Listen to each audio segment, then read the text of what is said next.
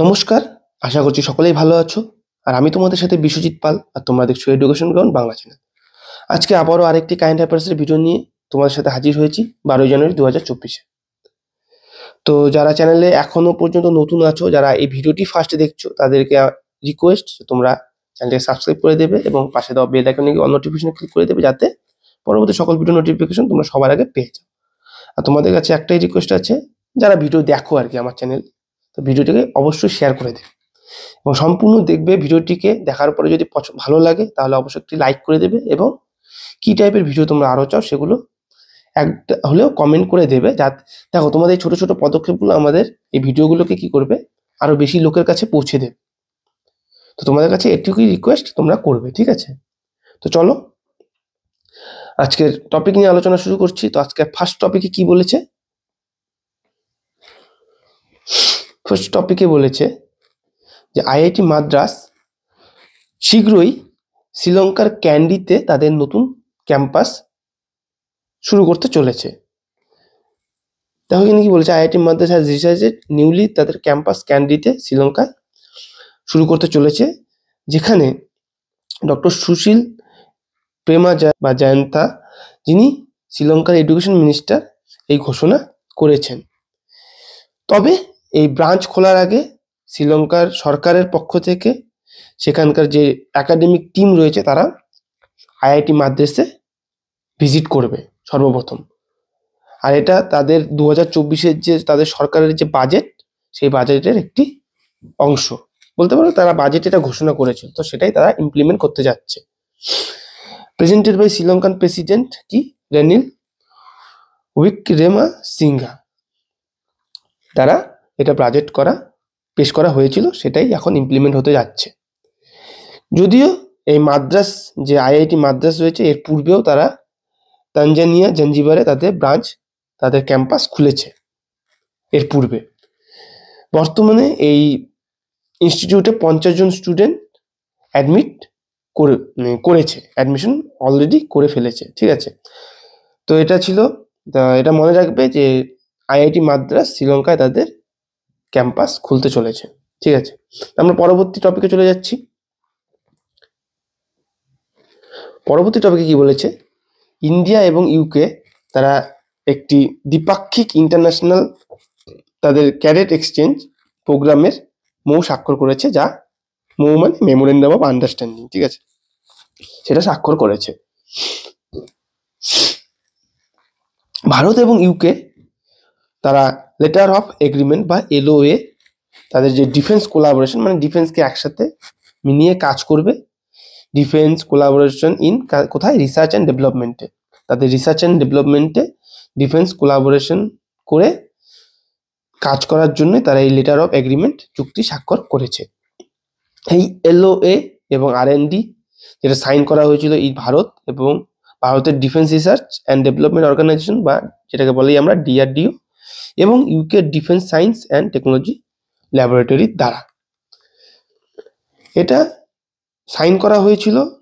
সেই দ্বিপাক্ষিক চুক্তির যে মিটিং হয়েছিল, তো সেটার মিটিং হওয়ার পরেই, সেই মিটিং কার মধ্যে হয়েছিল? আমাদের যে ডিফেন্স মিনিস্টার রাজনাথ সিং এবং British counterpart grand chefs in লন্ডনে করা হয়েছিল, ঠিক আছে?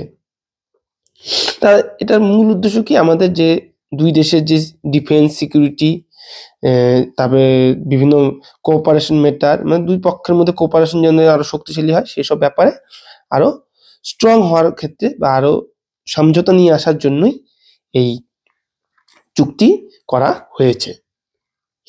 আর এই লাস্ট কয়েক বছরে বলেছে, দেখো লাস্ট 2 দশকে এই প্রথমবার কোনো ভারতীয় ডিফেন্স মিনিস্টার এই বিদেশ ভ্রমণ করেছেন, ঠিক আছে? এই মানে ভারতীয় আর কি ডিফেন্স মিনিস্টার এই যাত্রা করেছেন বিদেশে, ঠিক আছে, বিগত 2 দশকে। আর Shri Rajnath Singh was present at the ceremonial guard of honor at the Horse Guard Parade ground before the bilateral meeting with the UK counterpart. ইউকেতে যে বিলাটেরাল চুক্তি হতে চেয়েছিল, দ্বিপাক্ষিক চুক্তি হতে গিয়েছিল, তার পূর্বে তিনি অবশ্যই সেখানকার যে গার্ড অফ অনার তাকে দেওয়া হয়েছিল সেই সেরেমনিতেও উপস্থিত ছিলেন সেখানকার হর্স গার্ড প্যারেড গ্রাউন্ডে। বোঝা গেল? পরবর্তী টপিকে কি বলেছে? পরবর্তী টপিকে বলেছে ছত্তিশগড় সরকার কি করেছে, তাদের নতুন স্কিম লঞ্চ করেছে যার নাম কি রামলালা দর্শন, যেখানে অযোধ্যায় পিলগ্রিমেজদের জন্য ছত্তিশগড় সরকার তারা সিদ্ধান্ত নিয়েছে যে তাদের নতুন একটি স্কিম যেটার নাম কি রামলালা দর্শন স্কিম তারা লঞ্চ করেছে। স্কিমে কি থাকছে? এই স্কিম ইমপ্লিমেন্ট করা হবে Chhattisgarh tourism board and the budget tourism ডিপার্টমেন্টের দ্বারা। আর এটা প্রতি বছর প্রায় 20,000 পিলগ্রিমসদের এই স্কিম রামলালা দর্শন করাতে নিয়ে যাবে। ঠিক আছে, পিপল যারা 18 থেকে 75 বছর বয়সী তারা এই স্কিমের লাভ গ্রহণ করতে পারবে এবং তাদের স্বাস্থ্য ব্যাপারে মানে সেই যাত্রা করাকালীন তাদের যদি কোনো স্বাস্থ্য ক্ষেত্রে কোনো ত্রুটি দেখা যায় তো সেখানেও সুযোগ থাকছে। তার সেখানকার কি ডিস্ট্রিক্ট মেডিকেল বোর্ড কি করবে, সেই চিকিৎসা ব্যবস্থা কন্ডাক্ট করবে বা আয়োজন করবে। এই স্কিমের অধীন ট্রান্সপোর্টেশনের এবং সেখানকার ট্রান্সপোর্টেশনের ফেসিলিটি কে দেখবে? Railway catering and tourism corporation, যা আমরা IRCTC বলে জানি, Indian railway catering and tourism corporation, সেটা আয়োজন করবে বা এই ফেসিলিটি প্রদান করবে ট্রান্সপোর্টে। তো এইখানে দেখো এটাই মনে রাখবে, ছত্তিশগড় সরকার তাদের নতুন স্কিম কি রামলালা দর্শন স্কিম করছে অযোধ্যায় যে রাম মন্দির তৈরি হচ্ছে সেখানকার সেই মন্দিরের উদ্দেশ্যে 18 থেকে 75 বছর বয়সী ব্যক্তিদেরকে প্রতি বছর প্রায় 20,000 ব্যক্তিদেরকে সেই স্কিমের আন্ডারে নিয়ে তাদেরকে এই সুবিধা দেওয়া হবে রামলালা দর্শনের। পরবর্তী টপিকে কি বলেছে? India UNESCO world heritage committee meeting 21 থেকে 31 জুলাই হোস্ট করবে। এটি কি হয়েছে? ইন্ডিয়া হোস্ট করে বলা হলো, আর এটা হচ্ছে প্রথম এরকম ঘটনা ঘটছে যেখানে কোনো দেশ এই ইউনেস্কো ওয়ার্ল্ড হেরিটেজ কমিটি এই প্রোগ্রামটিকে হোস্ট করতে যাচ্ছে, যেটা 21 থেকে 31 জুলাই হবে। আগে বলেছি তোমাদের হিডিংয়ে। আর এর মেন লক্ষ্য হলো global discussion on preserving cultural and historical heritage, cultural এবং ঐতিহাসিক যে হেরিটেজ রয়েছে সেগুলোকে প্রিজার্ভ করা এবং তাদেরকে নিয়ে বিশ্বব্যাপী আলোচনা করা হচ্ছে এদের মূল লক্ষ্য। দি ওয়ার্ল্ড হেরিটেজ কমিটি সিদ্ধান্ত নিয়েছিল যে তাদের 46তম সেশন ভারতে অনুষ্ঠিত হবে।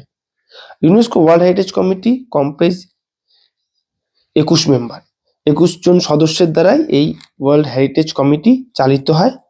আর এটি গুরুত্বপূর্ণ ভূমিকা পালন করে কি করতে? নতুন সাইটগুলো যা ইউনেস্কো ওয়ার্ল্ড হেরিটেজ সাইটের প্রেস্টিজিয়াস লিস্টে তোলা হয়। UNESCO is the specialization UN agency, একটি ইউএন এজেন্সির দ্বারা স্পেশালাইজড হচ্ছে ইউনেস্কো, যেটা প্রমোট করে বিশ্বব্যাপী স্থানকে, গুরুত্বপূর্ণ স্থানগুলিকে এবং ন্যাশনাল সিকিউরিটি, জাতীয় সুরক্ষা এবং কিসের মাধ্যমে? সেটা অবশ্যই যুক্ত হয়ে সেখানকার শিক্ষা, কলা, বিজ্ঞান এবং সেখানকার কালচার নিয়ে আলোচনা করার মাধ্যমে। এখানে আরো দেখো কি বলেছে? It also highlights the importance of international cooperation in preserving culture and natural treasure. এটা আরো হাইলাইটস করে, মানে সামনে তুলে ধরে তাদের সেইগুলো ইন্টারন্যাশনাল যে কোঅপারেশন কি কালচারাল এবং ন্যাচারাল যে ট্রেজারগুলো আছে, সম্পদগুলো রয়েছে, সেগুলোকে প্রিজার্ভ করার ক্ষেত্রে গুরুত্বপূর্ণ ভূমিকা পালন করে। ঠিক আছে,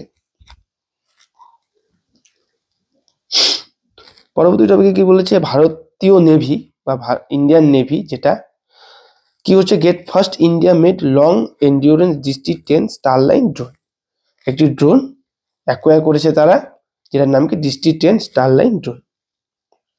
ইন্ডিয়ান নেভি সদ্য তারা প্রথমবারের জন্য এই মিডিয়াম অল্টিটিউড লং এন্ডিউরেন্স বা এমএল ড্রোনকে অ্যাকোয়ার করেছে, যার নাম Drishti 10 Starline unmanned aerial vehicle বা ইউএভি। এই দৃষ্টি 10 স্টারলাইন হচ্ছে একটি advance intelligence surveillance and recognition sense platform with 36 hours endurance এবং 450 kg payload capacity. The press release notice, একটি নোটে পাস হওয়া তথ্যে বলা হয়েছে যে এই 10 যে দৃষ্টি 10 স্টারলাইন এটি অ্যাডভান্স ইন্টেলিজেন্স থাকছে, এখানে চারিদিক পরীক্ষা করার ক্ষমতাও রাখছে, সার্ভেলেন্স রাখছে এবং 36 কেজি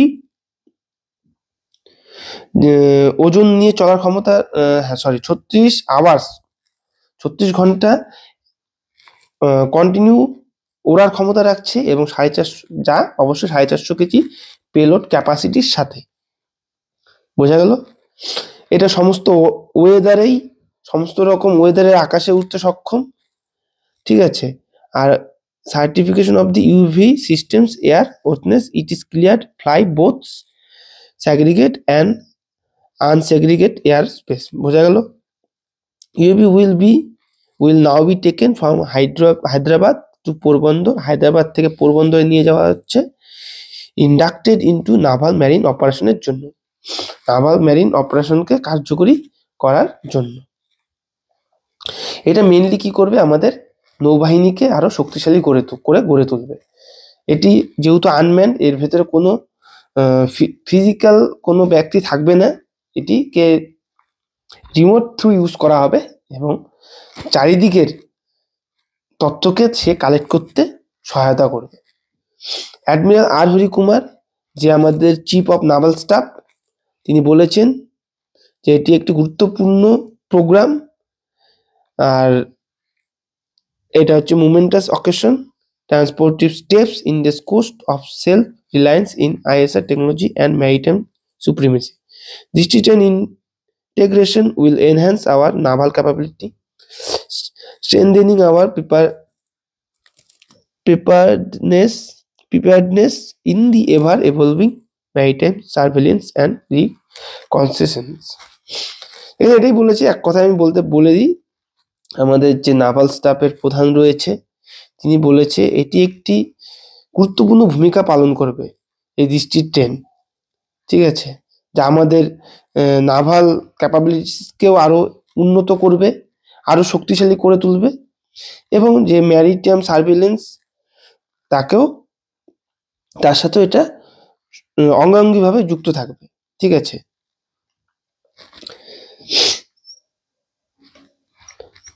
আরো কি বলেছে দেখো, এখানে বলেছে জিৎ আদানি, যিনি আদানি এন্টারপ্রাইজ এর ভাইস প্রেসিডেন্ট, তিনি বলেছেন a geopolitics event have reinforced in convergence of physical, informational and cognitive tactics underpinned by intelligence, information process capabilities and use of unmanned and cyber system and dissemination of information and disinformation in intelligence, surveillance and reconnaissance platform across land, air and naval borders are key priority for Adani to serve the armed forces and place India on the global map of exports. We are proud to be able to serve the Indian Navy। তিনি বলেছেন, যিনি আমাদের আদানি এন্টারপ্রাইজের vice president Jeet Adani, তিনি বলেছেন এটি কি করবে, ইন্ডিয়ান নেভিকে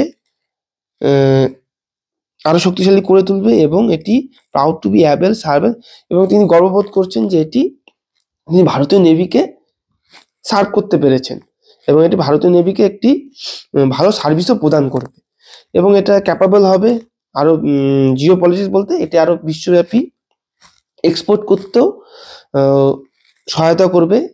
এইরকম পদক্ষেপ, ভারতের এরকম পদক্ষেপ কি করবে, এইরকম ড্রোনকে আমরা এক্সপোর্ট করতে পারবো, এটাও একটা গুরুত্বপূর্ণ ভূমিকা পালন করবে এই আনম্যান্ড ড্রোন। এর মধ্যে অবশ্যই সাইবার সিস্টেম থাকছে উন্নত মানের, হ্যাঁ, যেখানে যার মাধ্যমে ইনফরমেশন, ডিসইনফরমেশন, ইন্টেলিজেন্স সব অ্যাকোয়ার করা সম্ভব হবে। ঠিক আছে, তো পরবর্তীতে কি বলেছে, মরিশাস এবং বাংলাদেশের সায়েন্টিস্টরা ভারতের সাথে যুক্ত হয়ে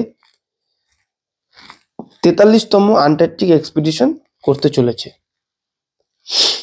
এই ডিসেম্বরে ভারতের 43তম আন্টার্কটিক এক্সপিডিশন, যেটা national centre for polar and Ocean রিসার্চের দ্বারা আয়োজন করা হচ্ছে বা চালিত হচ্ছে, তারা মরিশাস এবং বাংলাদেশের সায়েন্টিস্টদেরকেও স্বাগত জানিয়েছে এই সিগনিফিকেন্ট ইন্টারন্যাশনাল পোলার রিসার্চে অংশগ্রহণ করার জন্য এবং একসাথে কাজ করার জন্য।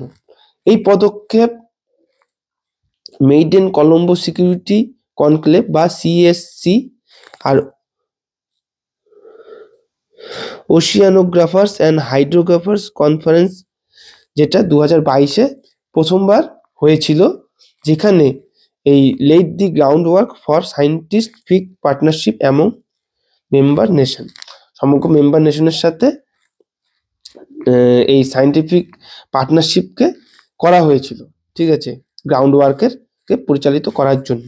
এই scientific joining Antarctic expedition will spend 3 to 4 months, 3 থেকে 4 মাস জুড়ে সময় ধরে কাজ করা হবে, আর অ্যাক্টিভলি এঙ্গেজ থাকা হবে এবং একসাথে কাজ করা হবে বিভিন্ন পোলার সায়েন্স ডিসপ্লের জন্য, মানে বিভিন্ন পোলারের যে সায়েন্স সেগুলোকে নিয়ে কাজ করার জন্য।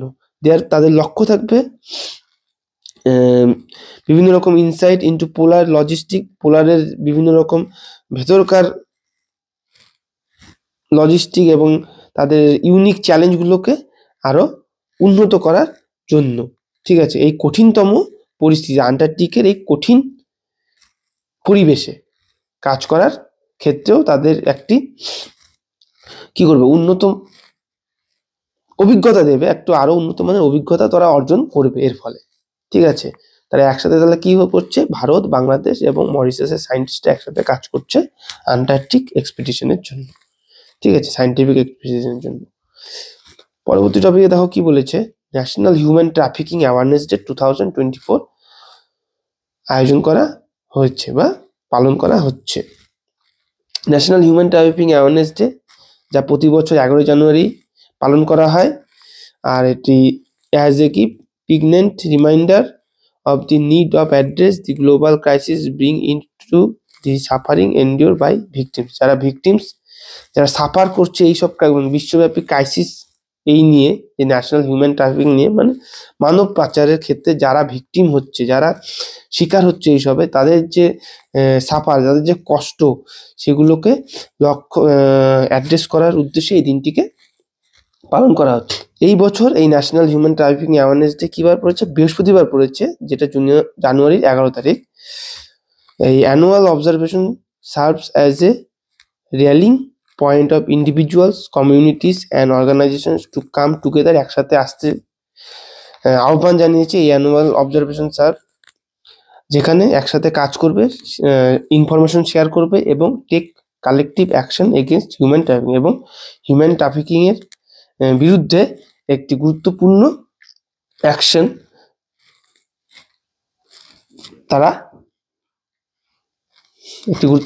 কি করবে, তারা নিতে সক্ষম হবে এই পদক্ষেপের মাধ্যমে। Human trafficking encompasses forced labour, criminal activities, লেবারদেরকে মানে এই যাদের হিউম্যান মানব পাচার করা হয়, কিছু উদ্দেশ্যে করা হয়, অনেক সময় কি করা হয়, লেবারের কাজ করানোর জন্য নিয়ে যাওয়া হয়, তাদেরকে ফোর্স করা হয়, যেটা বিদেশে। ক্রিমিনাল অ্যাক্টিভিটিস করানোর জন্য সেক্সুয়াল এক্সপ্লয়টেশন এবং শারীরিক নির্যাতন, সেক্সুয়াল যৌন নির্যাতন, অর্গান রিমুভাল, শরীরের অর্গানকে কি করা হয়, খুলে নিয়ে বিক্রি করে দেওয়া হয়, এরকমও মানুষ শিকার হচ্ছে, এবং স্মাগলিং এর জন্য ব্যবহার করা হয় তাদেরকে। ডিসপাইট আওয়ার প্রোগ্রেস, আমাদের উন্নতি সত্ত্বেও আমরা এইসবের প্রতি, এই ছায়াতে, এই অন্ধকারে ঢুকে যেতে বাধ্য হয়ে যাই অনেক সময়। তো সেই যারা শিকার হচ্ছে তাদেরকে আরো সচেতনতা, যাতে তারা এইসবের শিকার, সাধারণ মানুষ যাতে এইসবের শিকার না হয়, সেজন্য এই দিনটিকে প্রতি বছর পালন করা হয়। 2007-এ ইউনাইটেড স্টেটস সেনেট এই জানুয়ারির 11 তারিখ দিনটিকে national human trafficking awareness day হিসাবে সর্বপ্রথম ঘোষণা করেছিলেন পালন করার জন্য। আর প্রেসিডেন্ট বারাক ওবামা পুনরায় ডেডিকেটেড দি এন্টায়ার মান্থ 2010-এর জানুয়ারির যে টোটাল মাসটিকেই এই অ্যাওয়ারনেসের জন্য ব্যবহার করেছিলেন। About this deeply rooted issue, এই ইস্যুকে নিয়ে গভীরভাবে আলোচনার জন্য বা গভীরভাবে নজর দেওয়ার জন্য। তো এটা মনে রাখবে, 11 জানুয়ারি 2024 বা প্রতি বছরই 11 জানুয়ারি দিনটিকে আমরা national human trafficking awareness day হিসাবে পালন করি। আর এই বছর সেটা বৃহস্পতিবার 11 জানুয়ারি পড়েছে। তো আজকের মতন টপিক এখানেই থাকছে। ক্লাসটি যারা সম্পূর্ণ দেখেছো তোমাদের অসংখ্য অসংখ্য ধন্যবাদ, এবং কেমন লাগলো তোমরা কমেন্ট করবে, তোমাদের বন্ধুদের সাথেও শেয়ার করবে। পরবর্তী ভিডিওতে দেখা হচ্ছে। সবাই সুস্থ থাকো, ভালো থাকো। জয় হিন্দ, জয় ভারত। ধন্যবাদ।